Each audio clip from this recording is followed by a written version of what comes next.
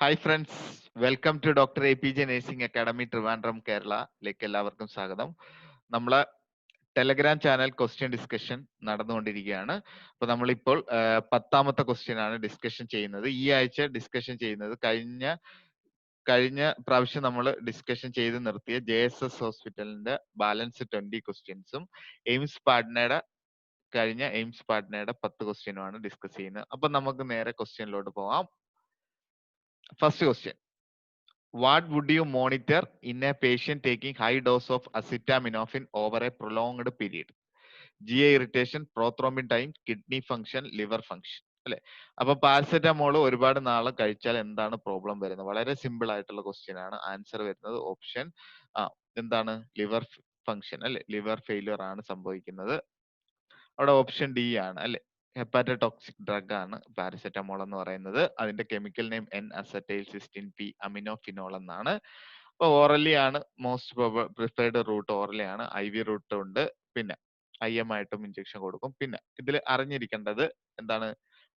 ഇത് ഇതിന്റെ ബ്ലഡിൽ 30 to 60 മിനിറ്റ്സിൽ പീക്ക് ആക്ഷൻ ബ്ലഡിൽ നടക്കും. അപ്പൊ ഫീവർ പെട്ടെന്ന് കുറയും. ഓക്കെ, അതാണ് ഇതുമായിട്ട് റിലേറ്റ് ചെയ്ത് പറയാനുള്ള. നെക്സ്റ്റ് ക്വസ്റ്റ്യനിലോട്ട് പോവാം. Measuring the quality of a work product by the members of same professional. Accreditation, certification, nursing audit, peer review. അപ്പം ഒരു ക്വാളിറ്റി അസസ് ചെയ്യുന്നത് സെയിം പ്രൊഫഷണൽ ഗ്രൂപ്പിൽ നിന്നാണെങ്കിൽ നമ്മൾ അതിനെ എന്ത് പറയും? വളരെ സിമ്പിൾ ആയിട്ട് അറിയാം അല്ലെ? നമ്മളെ പിയർ ഗ്രൂപ്പ് എന്ന് വേണമെങ്കിൽ പറയാം.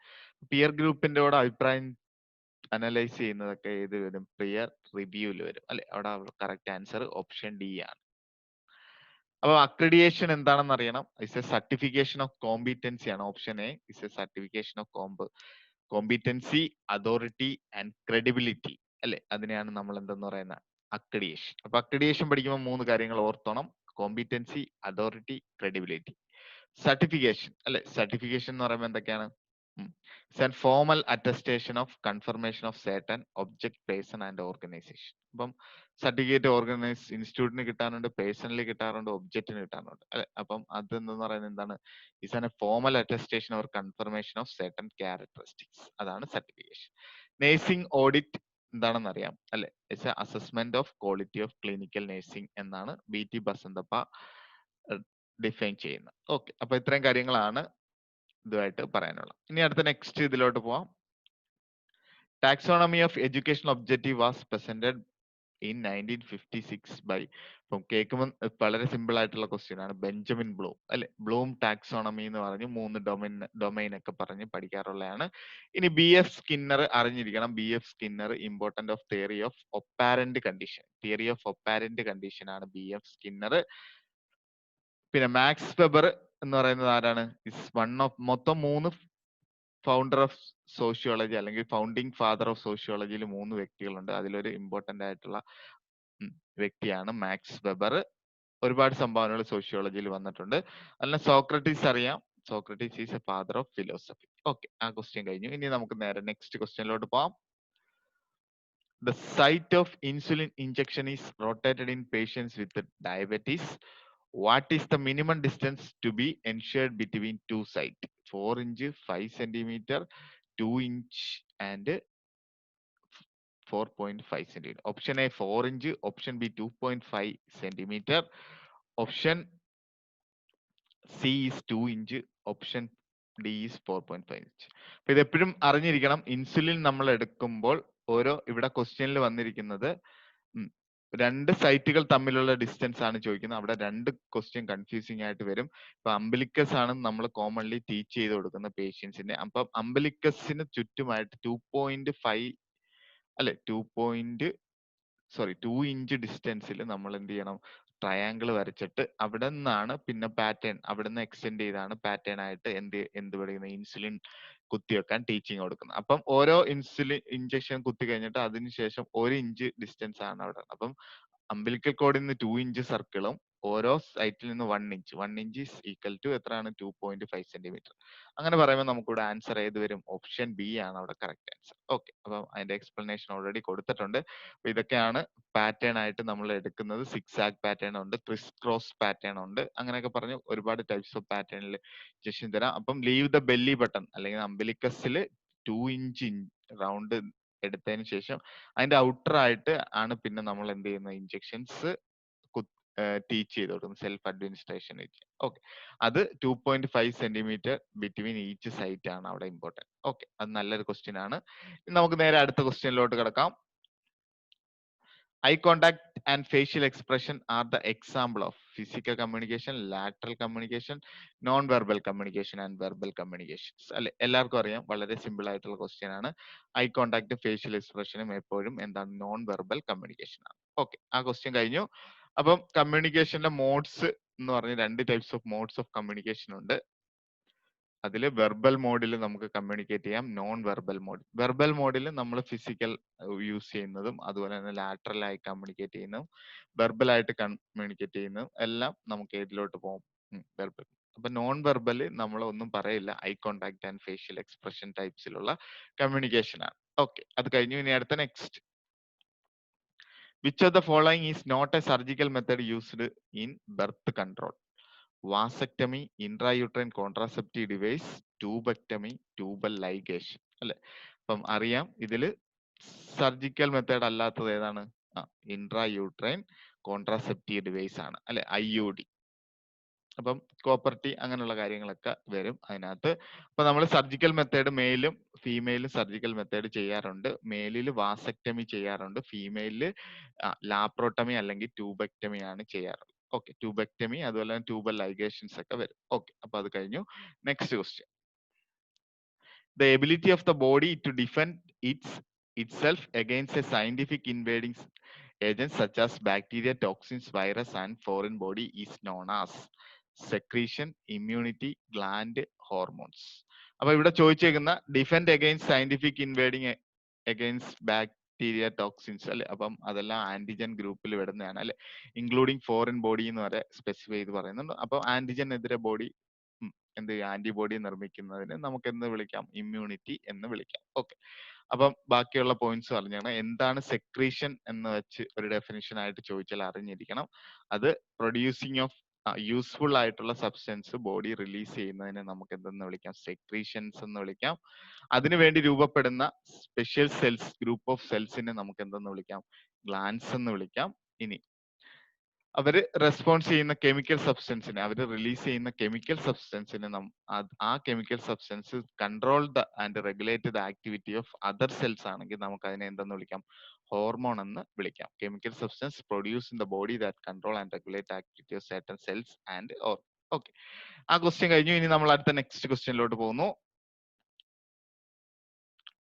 The plan, structure, strategy of research investigation is called blueprint, research design, review of literature, background of the study. അപ്പം ക്വസ്റ്റ്യനിൽ തന്നെ പറയുന്നുണ്ട് പ്ലാൻ അല്ലെ. Overall planning of A research എന്ന് പറയുന്നത് എന്താണ്? It is A research design ആണ് അല്ലെ. ഓപ്ഷൻ ബി ആണ് അവിടെ കറക്റ്റ് ആൻസർ. ബ്ലൂ പ്രിന്റ് അല്ലെങ്കിൽ നമുക്ക് എന്ത് വിളിക്കാം? It is a pilot study എന്ന് പറയാം. ഒരു റിസർച്ച് ഡ്രാഫ്റ്റിനെയാണ് നമുക്ക് എന്തെന്ന് പറയുന്നത്? Blueprint. ഓക്കെ, ഇനി റിവ്യൂ ഓഫ് ലിറ്ററേച്ചർ എന്ന് പറഞ്ഞാൽ എന്താണ്? സിമ്പിൾ ആയിട്ട് മനസ്സിലാക്കേണ്ടത് ഒരു കോംപ്രിഹെൻസീവ് സമ്മറി ഓഫ് പ്രീവിയസ് റിസർച്ചിന്റെ കോംപ്രിഹെൻസീവ് സമ്മറി ആണ്. അപ്പം അത് വായിച്ചു കഴിഞ്ഞാൽ നമുക്ക് ഏകദേശം എന്താണ് ആ റിസർച്ച് എന്നുള്ളത് ഒരു ബേസിക് ഐഡിയ കിട്ടുന്നതാണ് റിവ്യൂ ഓഫ് ലിറ്ററേച്ചർ. ഇനി ബാക്ക്ഗ്രൗണ്ട് ഓഫ് ദ സ്റ്റഡി എന്ന് പറഞ്ഞു കഴിഞ്ഞാൽ എന്താണ്? നമുക്ക് ഒരു റിസർച്ച് ടോപ്പിക് എടുത്തു കഴിഞ്ഞാൽ അതിന്റെ ഇമ്പോർട്ടൻസ് എന്താണെന്ന് നിർവചിക്കുന്നതാണ് എന്തെന്ന് പറയുന്നത്? Background of the study. Okay, explain why this particular research is important എന്ന് നമ്മൾ പറയുന്നതാണ് എന്തെന്ന് പറയുന്നത്? Background of the study. Okay, അപ്പൊ അത് മനസ്സിലായി. ഓക്കെ, റിസർച്ച് ഒക്കെ വളരെ ഈസി ഉള്ള സബ്ജക്റ്റ് ആണ്. ഇതുപോലെ കുഞ്ഞു കുഞ്ഞു ക്വസ്റ്റ്യൻസ് ഒക്കെ ചോദിക്കത്തുള്ളൂ.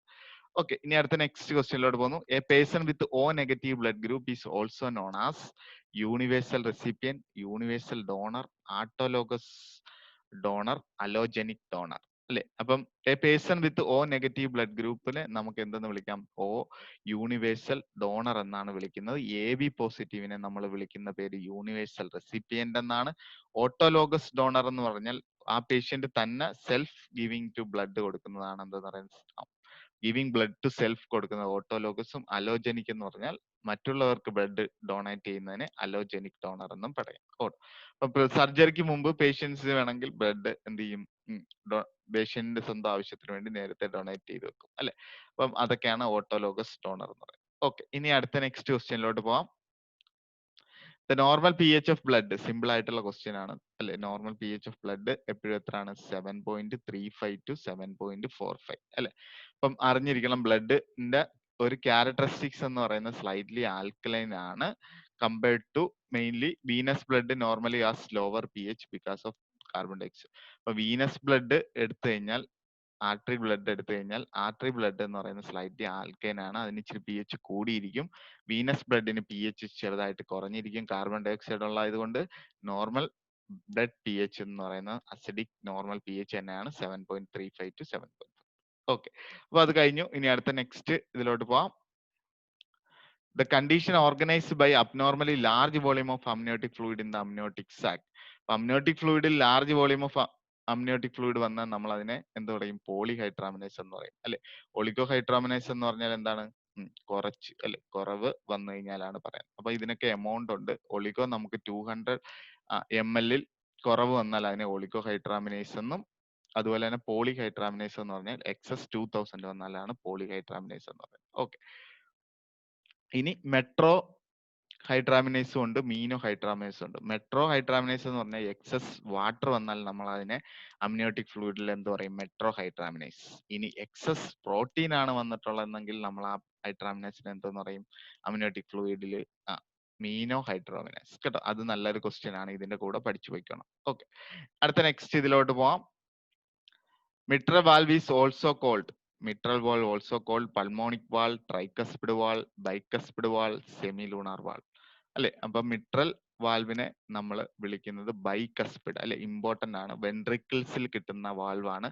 രണ്ട് വെൻട്രിക്കിൾസ് അല്ലെ, വെൻട്രിക്കിളും ലെഫ്റ്റ് ഏട്രിയം വെൻട്രിക്കിൾസിനും ഇടയ്ക്ക് വരുന്നതാണ് മിട്രൽ വാൾവ്. അതുപോലെ തന്നെ റൈറ്റ് ഏട്രിയം റൈറ്റ് വെൻട്രിക്കിളിന് ഇടയ്ക്ക് കിട്ടുന്നതാണ് ട്രൈക്കസ്പിഡ്. അയോട്ടയിൽ കിട്ടുന്ന അയോട്ടിക് വാൾവ്, പൾമണറി ട്രങ്കിൽ കിട്ടുന്ന പൾമോണിക് വാൾവ്. അതൊക്കെ ബേസിക് ആയിട്ടുള്ള ഇതാണ്. അപ്പം ഇതിൽ സെമിലൂണാർ വാൾവ് എന്ന് വിളിക്കുന്നത് അയോട്ടിക് വാൽവിനെ, പൾമോണിക് വാൽവിനെയാണ് നമ്മൾ സെമിലൂണാർ വാൾവ് എന്നൊക്കെ വിളിക്കുന്നത്. അപ്പൊ ഇതൊക്കെ സിമ്പിൾ ആയിട്ടുള്ള ക്വസ്റ്റ്യൻ ആണ്. ഇത് കഴിഞ്ഞു. ഇനി അടുത്ത next. Okay, after 1 week of hospitalization, Anurag developed hypokalemia. Which of the following is the most significant symptom of his disorder? അപ്പോൾ ഫ്ലൂയിഡ് ഇലക്ട്രോലൈറ്റ് ബാലൻസിന്റെ ക്വസ്റ്റ്യൻ ആണ്. അപ്പൊ നമ്മൾ ഹൈപ്പോകലീമിയ പഠിക്കുമ്പോൾ മസിൽ വീക്ക്നെസ് ആണ് ഇവിടെ correct answer. ലെതാർജി, muscle weakness, increase pulse rate and blood pressure, muscle irritability. Correct answer വരുന്ന option B, muscle weakness ആണ്. അപ്പൊ ഇതൊരു കോഡ് ഇട്ട് അങ്ങ് പഠിക്കണം, പൊട്ടാസ്യം ഡെഫിസിറ്റ്. കേട്ടോ, അപ്പൊ സിക്ക് Walt, I am a sick volt എന്നുള്ള കോഡ് ഇട്ട് പഠിക്കണം. എ സിക്ക് വോൾട്ട് ഇമ്പോർട്ടന്റ് ആണ്. നല്ല ഒരുപാട് ഈ ഒരു കോഡ് പഠിച്ചു കഴിഞ്ഞാൽ ഹൈപ്പോകലീമിയയുടെ ക്വസ്റ്റ്യൻസ് വന്നു കഴിഞ്ഞാൽ നമുക്ക് ആൻസർ ചെയ്യാൻ പറ്റും. എ എന്ന് പറയുന്ന ആൽക്കലോസിസ് ആണ്. A sick volt, a for alkalosis, s for shallow respiration, I for irritability, c for confusion, ഡബ്ല്യു for weakness. Weakness means muscle weakness, fatigue. A for arrhythmias, lethargy, thready pulse. കേട്ടോ, thready pulse. അപ്പം ഇത്രയും കാര്യമാണ് ഈ സിക്ക് volt എന്നുള്ള ഒരു code അങ്ങ് ഓർത്ത് വെച്ചോണം. Alkalosis, shallow respiration, irritability, confusion, drowsiness, weakness, arrhythmia, lethargy, thready pulse. Okay, plus എന്താണ്? ഇൻഡസ്റ്റൈനൽ മോട്ടിലിറ്റി ആൻഡ് നോസിയ അവിടെ കുറഞ്ഞു വരും. ഓക്കെ, അപ്പൊ അത് കഴിഞ്ഞു. ഇനി നമുക്ക് നേരെ നെക്സ്റ്റ് ക്വസ്റ്റ്യനിലോട്ട് പോവാം. Unfolding of protein is known as, protein അൺഫോൾഡിങ്ങിനെ നമ്മൾ വിളിക്കുന്ന പേര് ഡീനാച്ചുറൈസേഷൻ എന്നാണ്. കേട്ടോ, ഓപ്ഷൻ ഡി ആണ് correct answer. Degradation, oxidation, phosphorylation, denaturation. കേട്ടോ, അവിടെ കറക്റ്റ് ആൻസർ വരുന്ന ഓപ്ഷൻ ഡി ആണ്, ഡീനാച്ചുറേഷൻ. കേട്ടോ, അപ്പൊ പ്രോട്ടിയോലൈസിസ് അല്ലെങ്കിൽ ഡീഗ്രഡേഷൻ എന്ന് പറഞ്ഞു കഴിഞ്ഞാൽ പ്രോട്ടീൻ അല്ലെ ബ്രേക്ക് ഡൗൺ ചെയ്ത് അല്ലെ, അപ്പൊ പെപ്റ്റൈഡ്സ് ബോണ്ടിലുള്ള പ്രോട്ടീൻ ഹൈഡ്രോലിസിസിലൂടെ ബ്രേക്ക് ഡൗൺ ചെയ്ത് ചെറിയ എൻസൈം അല്ലെ, പ്രോട്ടിയസ് എൻസൈം ബ്രേക്ക് ഡൗൺ ചെയ്ത് കൊണ്ടുവരുന്നതിനാണ് നമ്മൾ എന്താ ലൈസിസ് ആയി വരുന്നതിനാണ് എന്താ പറയുന്ന ഡീഗ്രഡേഷൻ അല്ലെങ്കിൽ പ്രോട്ടിയോലൈസിസ്. ഓക്കെ, ഇനി അടുത്തത് ഓക്സിഡൈസേഷൻ. ഓക്സിഡൈസേഷൻ എന്ന് പറയുന്നത് എന്താണ്? Addition of oxygen. Oxidation, adding of oxygen. അങ്ങനെ തന്നെ പഠിച്ചോണം. Oxidation, adding of oxygen. Oxygen add ചെയ്യുന്നതിനെ നമുക്ക് എന്തെന്ന് വിളിക്കാം? Oxygen. It's a process of chemical substances changes because of the addition of oxygen. Phosphorylation കേട്ടോ. അടുത്തത് ഫോസ്ഫോറിലേഷൻ. അപ്പം whereby protein kinase transfers a phosphate group from adenosine triphosphate or guanosine triphosphate to free hydroxyl group of amino acids. അതിനെയാണ് നമ്മൾ എന്തെന്ന് പറയുന്നത്? Phosphorylation. അപ്പൊ എന്താണ്?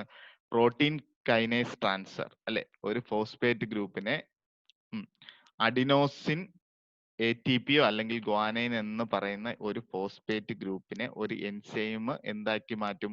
Free hydroxyl group of amino acids ആക്കി കൺവേർട്ട് ചെയ്യുന്നതിനെയാണ് നമ്മൾ എന്തെന്ന് പറയുന്ന ഫോസ്ഫോറിലേസേഷൻ. ഇപ്പൊ ATPയെയും അതുപോലെ തന്നെ ഗോസോയിൻ ട്രൈസ് കേട്ടോ, ഗ്വാനോസിൻ ട്രൈഫോസ്ഫേറ്റ് GTP, ATP. അത് എളുപ്പമാണ് പഠിക്കാൻ.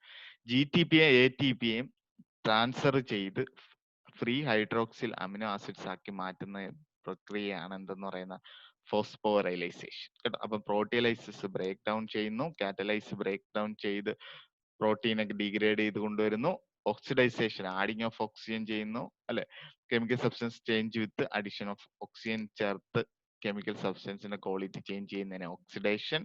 ഫോസ്ഫോറൈലേസേഷൻ എന്ന് പറഞ്ഞാൽ എന്താണ്? Protein kinase transfer the phosphate group from adenosine ATP and GTP അല്ലെ, GTPയെ free hydroxy group of amino acids ആക്കി ചേഞ്ച് ചെയ്യുന്നതിനെ ഫോസ്ഫോറൈലേസേഷൻ കേട്ടോ. അപ്പൊ ഇത് ഫിസിയോളജിയുടെ ക്വസ്റ്റ്യൻ, ബയോകെമിസ്ട്രി റിലേറ്റ് ചെയ്ത ക്വസ്റ്റ്യൻ ആണ്. അപ്പൊ ഇതുപോലെയൊക്കെയുള്ള കുഞ്ഞു കുഞ്ഞു ക്വസ്റ്റ്യൻസ് ആയിരിക്കും ചോദിക്കുന്നത്. ഓക്കെ, നെക്സ്റ്റ് ഇതിലോട്ട് പോവാം. What does authority means? എന്താണ് അതോറിറ്റി കൊണ്ട് അർത്ഥമാക്കുന്നത്? Right to reprimand, right to perform duty, right to use of abuse power, right to command അല്ലെ. അതോറിറ്റി, കമാൻഡ് പവർ ഉള്ള ആളാണ് എപ്പോഴും അതോറിറ്റി അല്ലെ. റൈറ്റ് ടു കമാൻഡ്, ഡിസിഷൻ എടുക്കാനുള്ള കഴിവ്, അതുപോലെ തന്നെ right to do the work of others, right to give orders to others according to the institutional authority, according to the expert authority.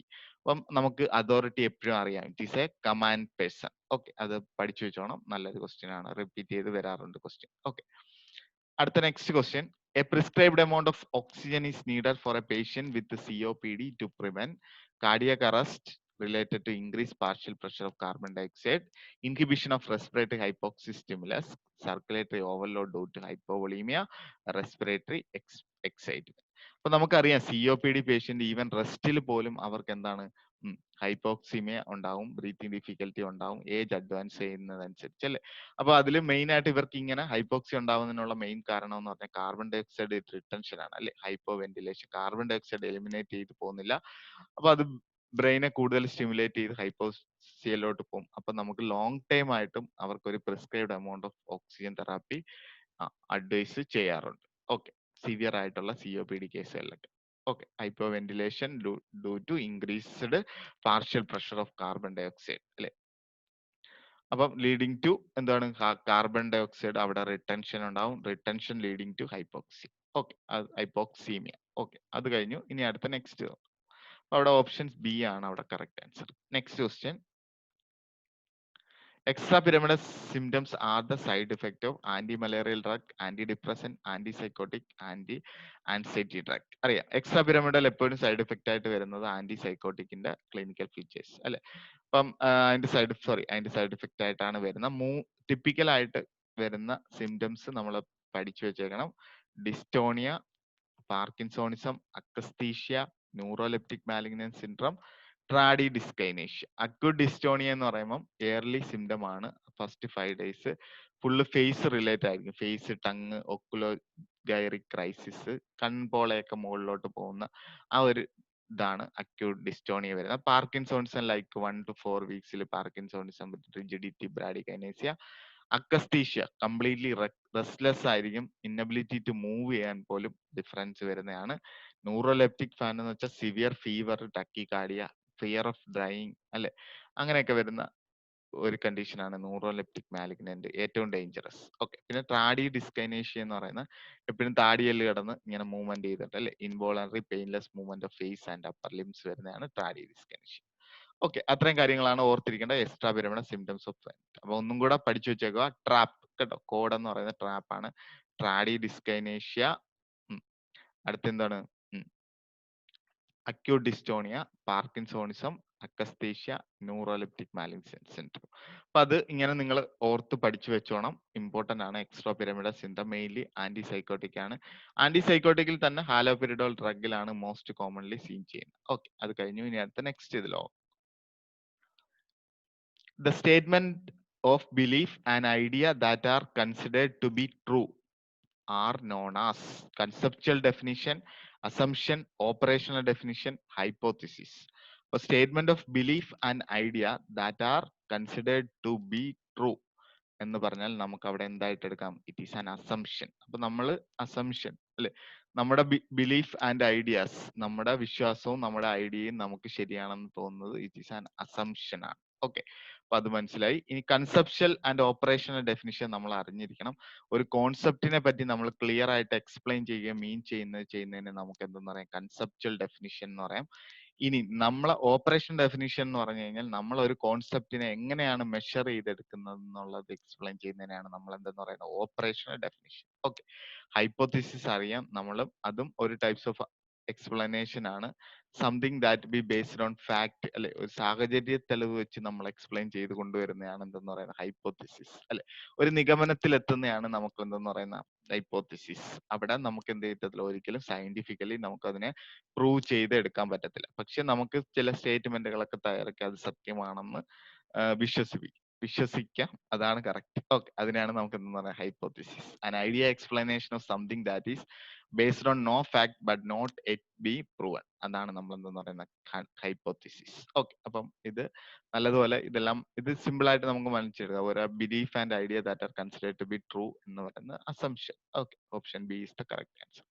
Next question, what is the advantage of using Isatrack technique while administering IM injection?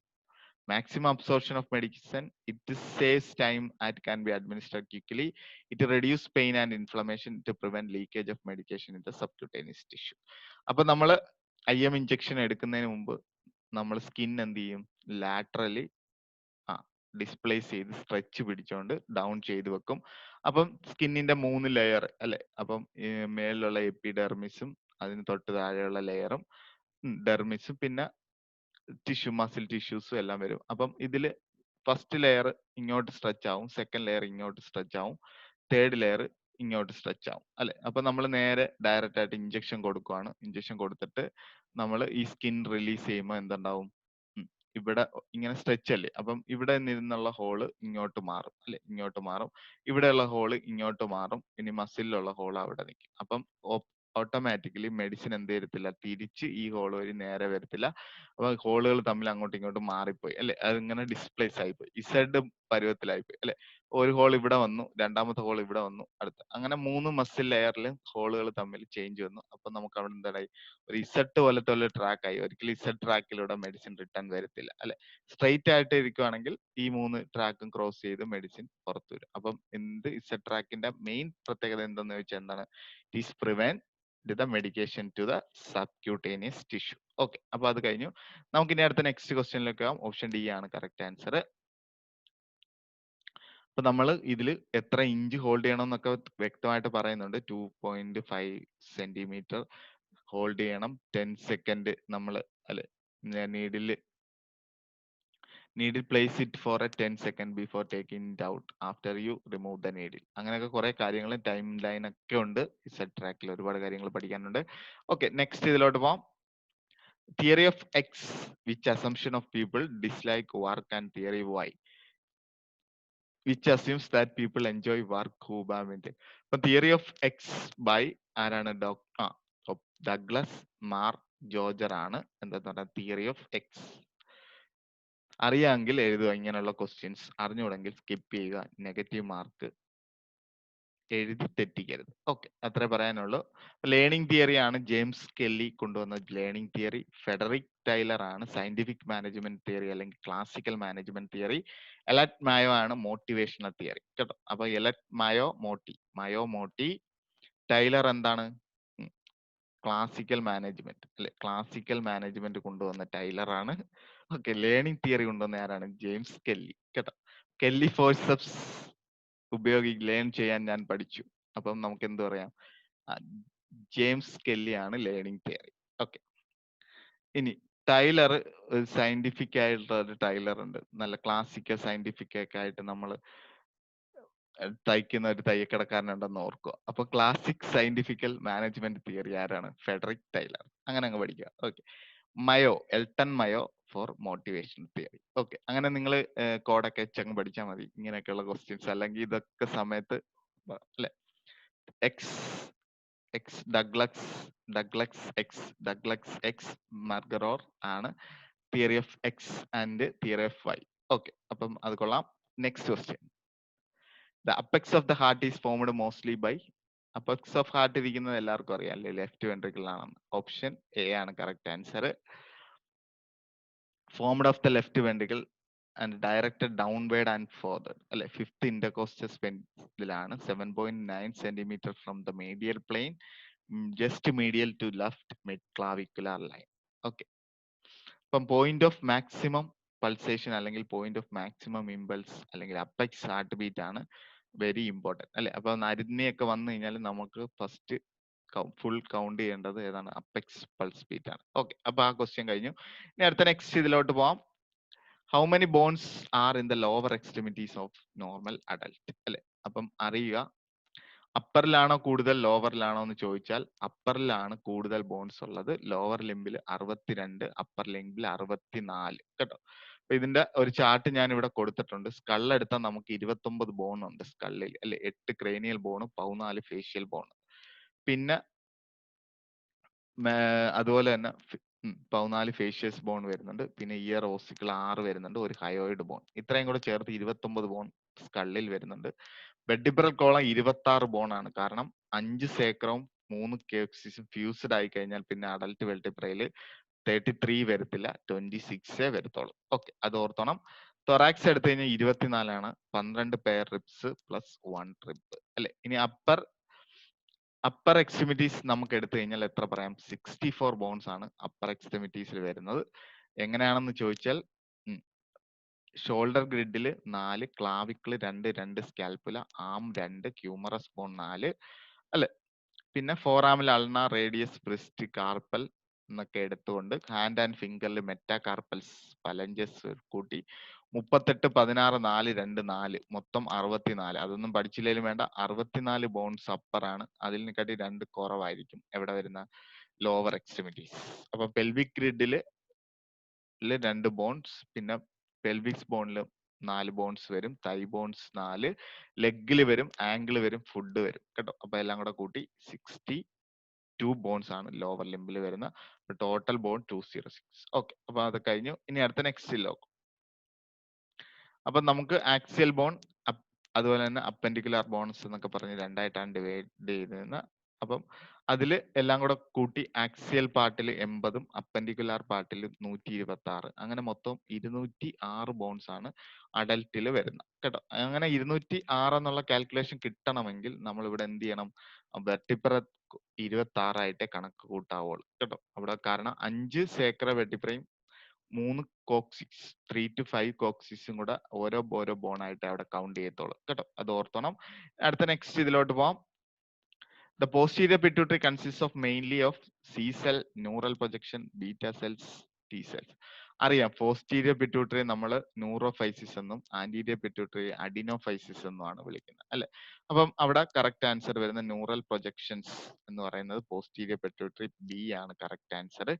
C cell അറിയാം, C cell എന്ന് പറയുന്നത് thyroid ഗ്ലാൻഡിൽ വരുന്നതാണ് അല്ലെ. Para follicular സെൽസിനെയാണ് നമ്മൾ C cell എന്ന് പറയുന്ന. ഈ parafollicular cells ആണ് കാൽസിറ്റോണിൻ തൈറോയിഡ് ഗ്ലാൻഡിൽ സെക്രീറ്റ് ചെയ്യുന്നത്. ഓക്കെ, ബീറ്റ സെൽസ് പാൻക്രിയാസ് ആണ്, ഇൻസുലിൻ. ഓക്കെ, ടി സെൽസ് എന്ന് പറയുന്നത് എന്താണ്? സെൽ മീഡിയേറ്റഡ് ഇമ്മ്യൂണിറ്റി പ്രൊവൈഡ് ചെയ്യുന്ന ലിംഫോസൈറ്റ് ആണ്. ഓക്കെ, WBCയുടെ പാർട്ട്. ഓക്കെ, ഇനി അടുത്ത നെക്സ്റ്റ് നോക്കാം. Which of the following hormones inhibit the release of growth hormone? Thyrotropin hormone, somatostatin, somatotropin, dopamine. അല്ലെ, അപ്പൊ സ്റ്റാറ്റിൻ ഡ്രഗ്സ് നമ്മൾ കൊടുക്കുന്നത് അല്ലെ കൊളസ്ട്രോൾ കുറയാനാണ്. അതുപോലെ സ്റ്റാറ്റിൻ എന്ന് പറയുന്നത് സ്റ്റോപ്പ് ആണെന്നാണ് അതിന്റെ അർത്ഥം. അപ്പൊ സൊമാറ്റോസ്റ്റാറ്റിൻ അല്ലെ, ഓപ്ഷൻസ് സ്റ്റാറ്റിൻ ആണ് കറക്റ്റ് ആൻസർ. സൊമാറ്റോട്രോഫിൻ എന്ന് പറയുന്നത് ഗ്രോത്ത് ഹോർമോണിനെ വിളിക്കുന്ന പേര്. അതിനെ ഇൻഹിബിറ്റ് ചെയ്യുന്നത് somatostatin, growth hormone inhibiting hormone. ഒക്കെ മനസ്സിലായല്ലോ. ഇനി തൈറോട്രോപ്പിൻ ഇൻഹിബിറ്റിംഗ് ഹോർമോൺ, തൈറോയ്ഡ് ഹോർമോൺസിനെ ഇൻഹിബിറ്റ് ചെയ്യുന്നതാണ് TRH അല്ലെ. ഇപ്പം ഈ ഇൻഹിബിറ്റിംഗ് എല്ലാം വരുന്നത് ഹൈപ്പോതലാമസിൽ നിന്ന് അല്ലെ. അതിന്റെ സ്റ്റിമുലേഷൻ എല്ലാം നടക്കുന്നത് പിറ്റ്യൂട്ടറി. ഓക്കെ, പിന്നെ ഡോപ്പമിൻ അറിഞ്ഞിരിക്കണം. ഡോപ്പമിൻ എന്ന് പറയുന്നത് ഒരു ഇമ്പോർട്ടന്റ് ആയിട്ടുള്ള ന്യൂറോ ട്രാൻസ്മിറ്റർ ആണ്. അതുപോലെ തന്നെ അതിന് ഹോർമോണൽ റോളും ഉണ്ട്. കാറ്റകൊളാമിനിൽ അടങ്ങിയിരിക്കുന്ന എന്താണ് മെയിൻലി അതിലുള്ള കെമിക്കലാണ്, ഇമ്പോർട്ടന്റ് ഓർഗാനിക് കെമിക്കലാണ് എന്തെന്ന് പറയുന്നത് ഡോപ്പമിൻ. ഓക്കെ, അപ്പൊ അത് കഴിഞ്ഞു. ഇനി അടുത്ത next, carpometacarpal joint is an example of which type of joint?